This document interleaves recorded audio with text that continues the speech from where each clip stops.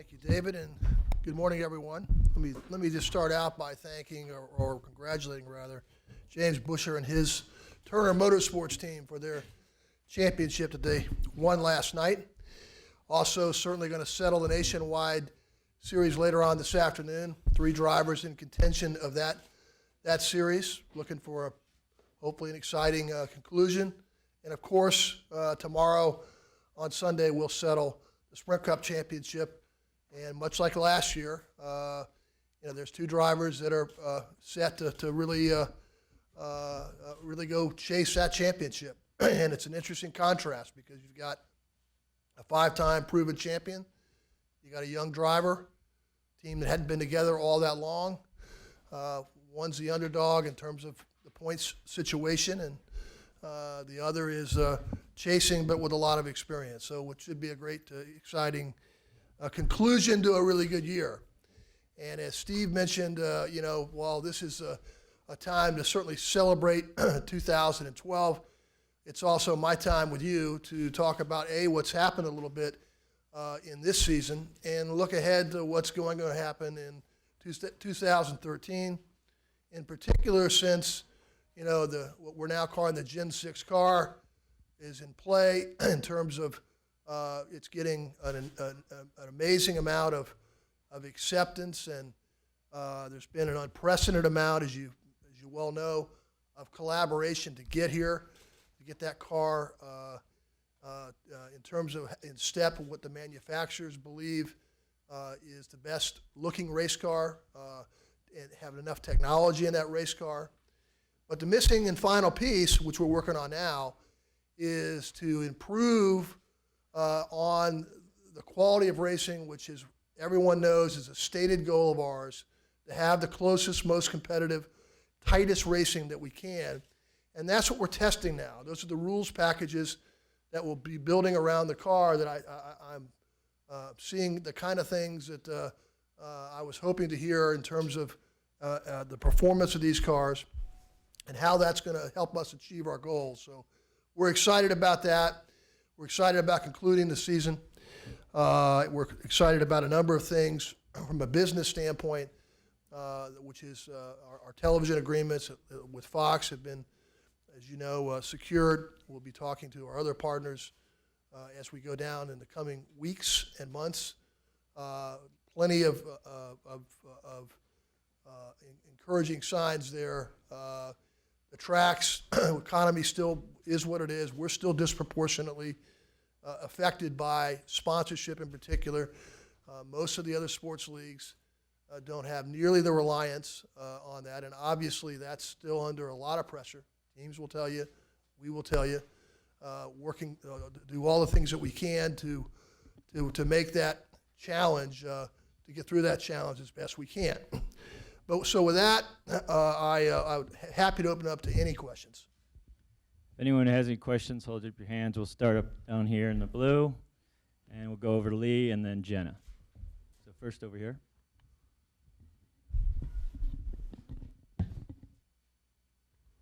Brian Nelson, Motor Racing Network. Brian, can you just talk a little bit about your vision, the opportunity, the possibility of NASCAR racing on dirt in the future? I understand that's one of the possibilities for the Truck Series next year. Well, it's part of our history in some high level, still is at the weekly level, and that hasn't been completely worked out, but that's a possibility, and that would put a unique twist on the Truck Series if that is able to be worked out. But it's a part of our history.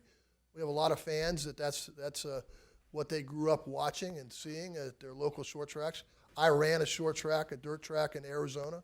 When I first got there, it was a dirt track, so I got a little experience in knowing how to get the track surface in some order, especially in a hot, dusty place like Arizona, very difficult. So it'd be fun. It'll be fun to see if it happens. Let's go to Lee, and then to Claire, and then to Nate. Lee Spencer, Fox Sports. After going more than a decade, or at least talking about going to common templates, when Dodge came back into the sport the first time, what took so long in the evolution to get back to having cars look more like they're from the showroom rather than just strictly a combination of four manufacturers and losing that identity. Why the push now? Well, we've been at this for a couple of years. It takes a while. It takes a long while, in particular if you're going to solicit the interest of an input, rather, of the car manufacturers, the teams, and everybody else that's affected. So it just takes time. We've been hearing for a long time that our fans like rivalries within the manufacturer group. Obviously, the car manufacturers like more identification, the better, and that's good for them. And then if we can have a trifecta where we can do all those things and then really put a rules package together that I've said from recently uses a lot more science than art to get closer, tighter competition, then we've got a home run package, and that's what we're planning to have. We'll go with Claire, and then down to Jenna, and then over to Mike Embry. Claire B. Lang, Sirius XM NASCAR Radio. With the changes forthcoming in speed and the .com of NASCAR.com changing and the TV deal partially done and the different ways that fans are watching the races, what do you envision leading into the future with the television side of things and the media side of fans watching? What do you see as the innovation to continue the coverage of our sport to increase the ratings? Well, we're going to be working together with all of our television partners and all of our media partners to do two things: to continue to present our sport in innovative and broader ways than they currently do that now, and they want to do that. And then we're going to be talking about, all of the places that that sports content is going to be consumed by race fans and potential race fans, both digitally and otherwise, and how all that sort of marries up with building our fan base and satisfying and interacting with our fans, and it's an exciting time. It's an exciting time for anybody that has high-end, valuable sports content to be in that position to look at all the things that are coming and make the right decisions, hopefully to make sure we don't miss one of those opportunities that goes by. Jennifer AP. Two questions about things that happened this week. The incident with Jeff and Boyer, kind of a fine line. You can't really have guys using weapons as cars, but it did massive amounts of attention for NASCAR. So you're walking a fine line, I guess, in what is and isn't allowed. It's sport, but it's entertainment. So what do you do? How do you sort of handle that? Because you've got the boys have at it policy. So what does NASCAR do? And the Keselowski thing. The Keselowski thing, I understand the rule. It's not tweeting. You can't have. It's not the phone itself. But it's great for the fans that he can provide that access in the car. So Right. Is that something that NASCAR can do going forward? Yeah. I guess you get what I'm getting. Well, yeah, sure. First part of the question, really not that fine a line. We have a stated approach that this is a contact sport. We expect contact, especially late in the race. But I always say, and there are limits. The drivers know what those limits are, and you can cross those limits, and that's exactly what happened on Sunday. And very obvious and very easy for us to figure that out and for everybody to figure that out. And so we deal with it. That doesn't change the idea that we're not going to walk away from, including Sunday. We expect there was contact last night at a pretty significant level late in the race. That's the history of this sport, and we're going to, there'll be limits. The drivers know where the limits are. If they have any confusion on that, they can certainly talk to us directly or look at our calls and how we've dealt with when we think that those limits have been broken, and that will be that.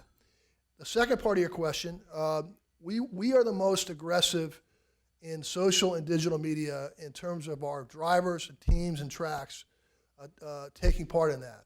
The trick is that in the cars today, and in particular in the future, now with fuel injection, we'll soon be talking to you about a digital cockpit that will be coming down the road, early as 2014. And smart devices and smartphones and other devices, can have an effect on manipulating the technology that is now going to be in the cars. And we have to be careful with that.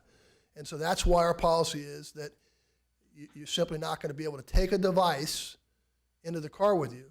Doesn't mean that we're, not going to be the most aggressive at pushing that they have big social media plans and they take full advantage of it. And Brad's one of the leaders in that with 300,000 Twitter followers. And so we're going to keep pushing for them to do just that. We'll go with Mike, Nate, and Kenny Bruce. Mike Hembry, Speed.com. Brian, in the 50s and 60s, there was a lot of concentration on the cars in this series, manufacturer rivalries, Ford versus Chevy fans fighting in the grandstands, et cetera. Then we kind of moved into more of a driver personality focus. Now it seems like we're moving more toward emphasizing the cars and trying to bring fans in through that gateway. How do you see the balance now between those two things? Cars more important than drivers now, or how do you work that? No, we don't look at it that way. I think we arguably, by the new car in 2007, arguably we didn't help ourselves with the manufacturer rivalries that are always important. And so we want to try to elevate that back up to where it traditionally is. So that's number one.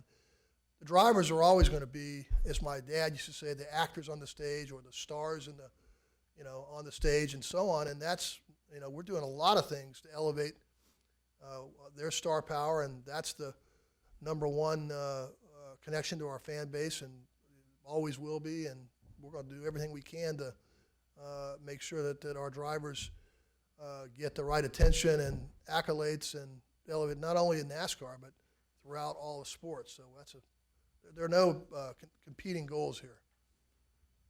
We'll go Nate, Kenny, and then Marty Smith. Nate Ryan, USA Today. Brian, go back to the cell phone thing. After Daytona, when Brad tweeted during the red flag, NASCAR was pretty forthright about, like, this is a really good thing, and this is something we want to see more of. And then this week, the message kind of changed a little bit. So for fans that you're trying to reach through digital media, is that, when you talk about being tricky, is that where it's a difficult line to balance? No, it didn't change a bit. It evolved. And, that was the first time in Daytona that we had seen somebody in real time tweeting, during a red flag or whatever, at that point. We love that.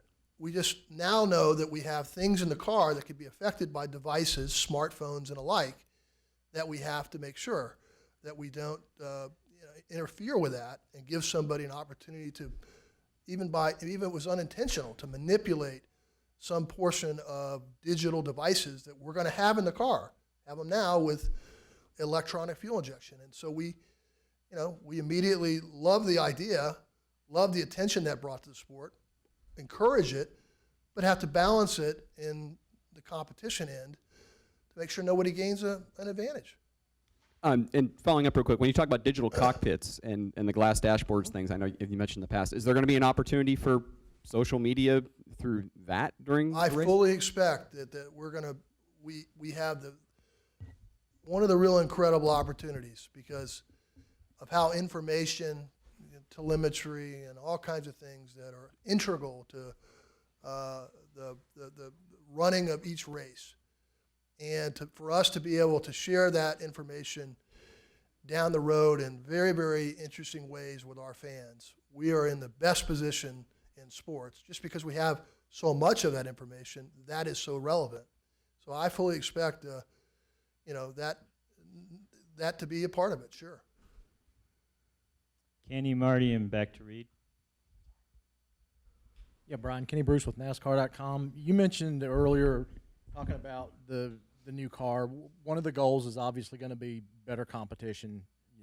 If you guys are able to give the teams the tools to provide that. If you look at the debut of the car of tomorrow, it took a while for teams to get comfortable with that and to really make improvements on it so that the competition could grow, get closer. Are you concerned that there's going to be that period of learning and that the competition's not going to be what fans are going to expect when the new car hits the track? You know, I'll tell you, we learned a lot, and I learned a lot personally on that particular debut of that car. And the collaboration, while I thought it was fairly high at the time, it wasn't as high as it needed to be. The testing, the way we're doing it, the manufacturer support, I thought it was pretty high. It wasn't high enough. It wasn't even close to high enough. Today, that's totally changed. And I expect the drivers to have a lot more time under their belt. We're also not phasing it in as we did, if you recall, in '07, which made it even more difficult. 1 week they're running one thing, next week they're trying to adjust back. That made it more difficult. So it's fair to say that as we are going down the road today, we want to change that. But don't underscore, there's one more thing on that car that we did not attempt to do with the '07 car. You know, you're talking about body styles, safety innovations, and those are all good things. Common templates, we can all debate that a little bit.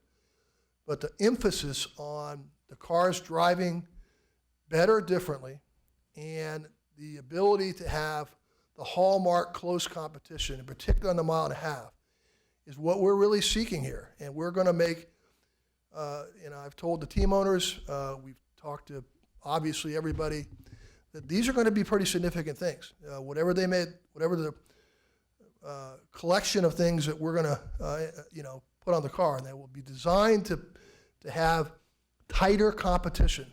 It's as simple as that. Not every driver will like that, per se, because some drivers like the exact rules packages, notwithstanding the look of the car that they have today.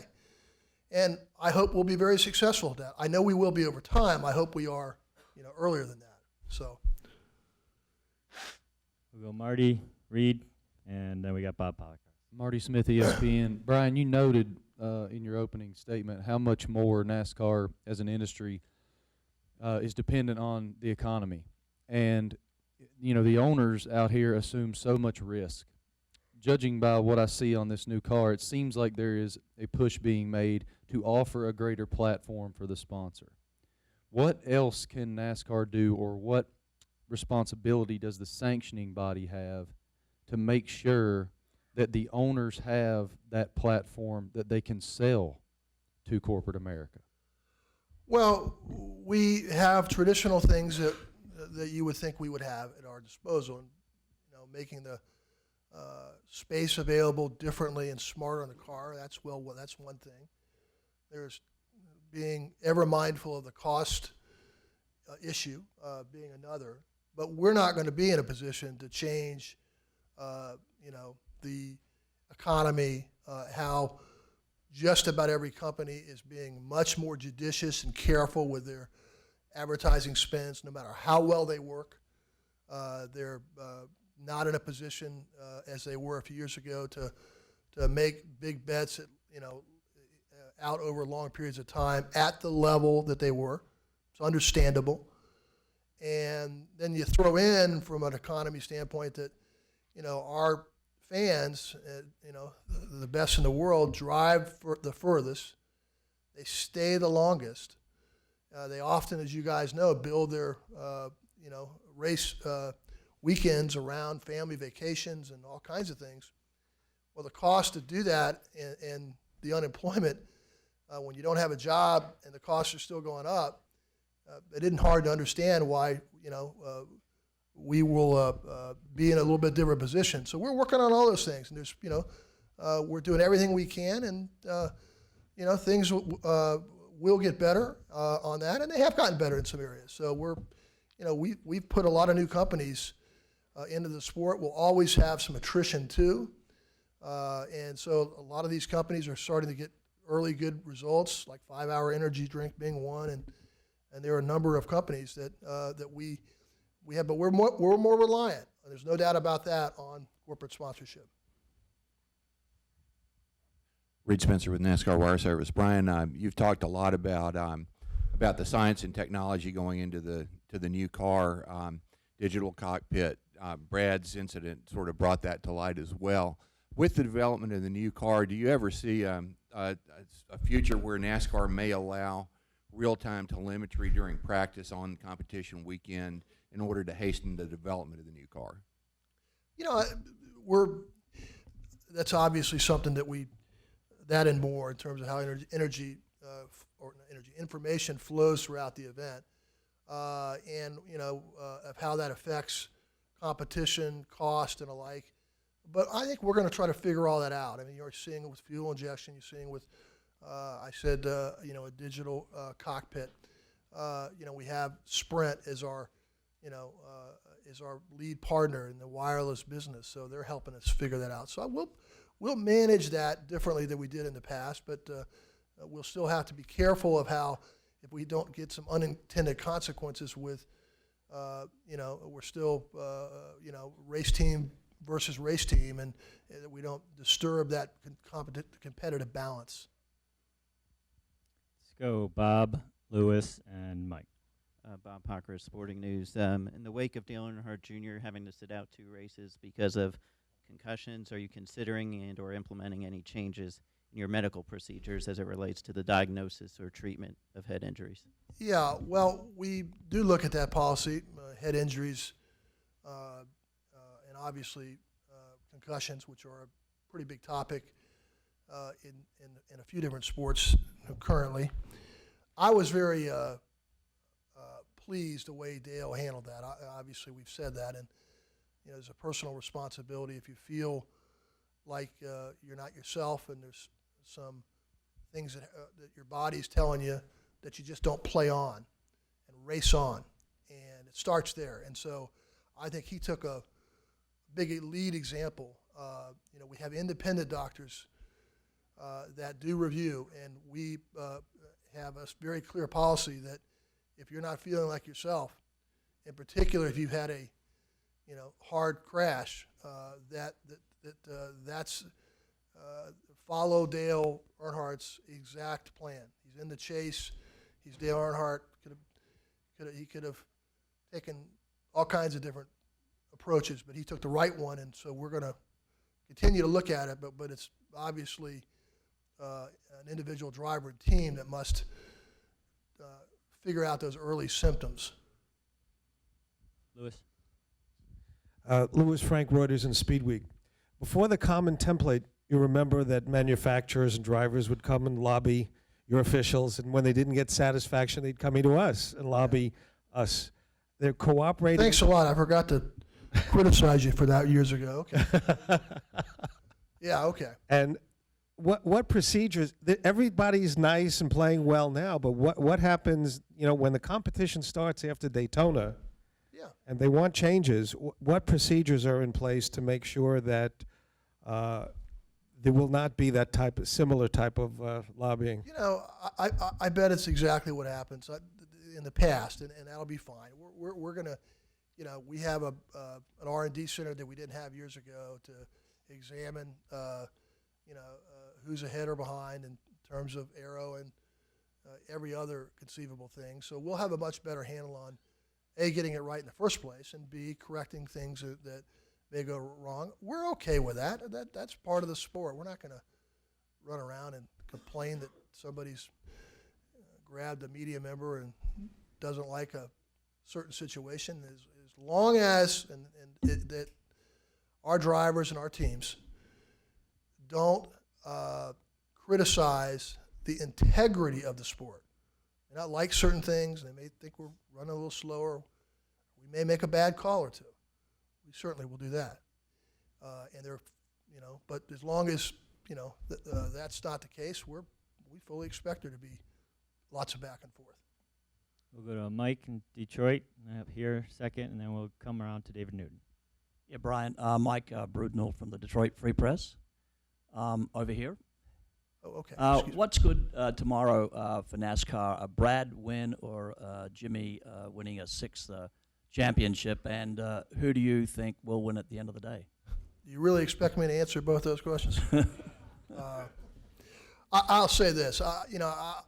Look, Roger Penske is an unbelievable owner and person, and you know, it's what's surprising is he hasn't won more championships, multiple championships so far, and this would be obviously his first, so that would be a tremendous thing. Brad would be, it'll be. I can say that it'll be earned no matter what, because both drivers, as what we're finding out in the chase, what always happens is that certain drivers, Tony and Carl did it, and Tony to a little higher level, elevate their game. And if you remember, there was a lot of discussion, well, that really doesn't happen in motorsports, and that really can't happen, and everybody's trying as hard as they can, and you know, you could do anything you want, and that really wouldn't get better performances, and we now know better than that. So tomorrow, whoever is on their game, both teams, you know, one mistake, we all know what happened last week. There's going to be some contact out there going on, and you know, we'll just have to see. All right, uno, dos, tres. That's for you, Sabrina. Hi, Brian. Sebastian Ross, Social Buzz TV. Statistics currently show right now that only 16% of chairmen and CEOs are currently utilizing social media. Do you have plans to aggressively start to interact on Twitter with fans, drivers, etc.?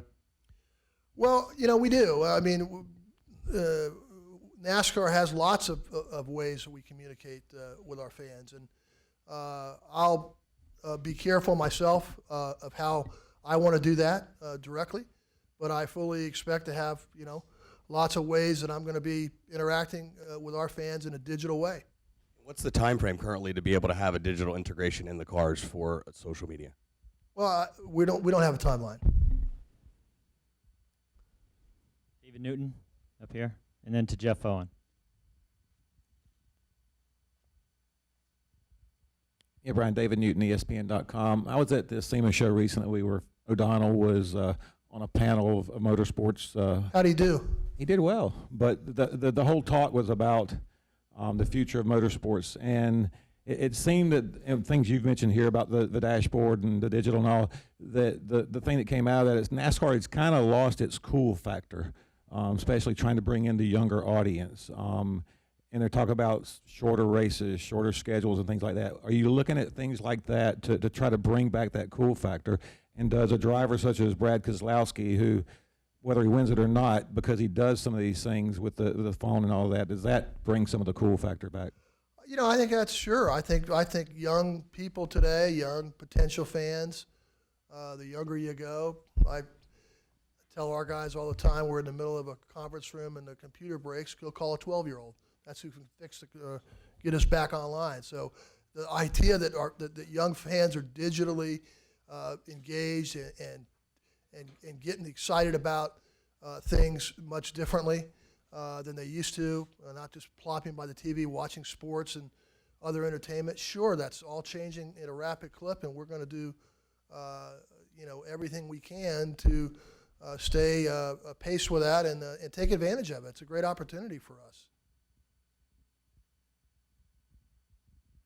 Jeff Owen, Sporting News. Brian, can you talk a little bit about the objective of putting the driver's last name on the windshield of the new car and what you're looking to accomplish with that? Yeah, it's just you know, we are striving for raising their awareness all the time and every time, and we're striving for continuity of you know, as these paint schemes have had to change more frequently than they used to.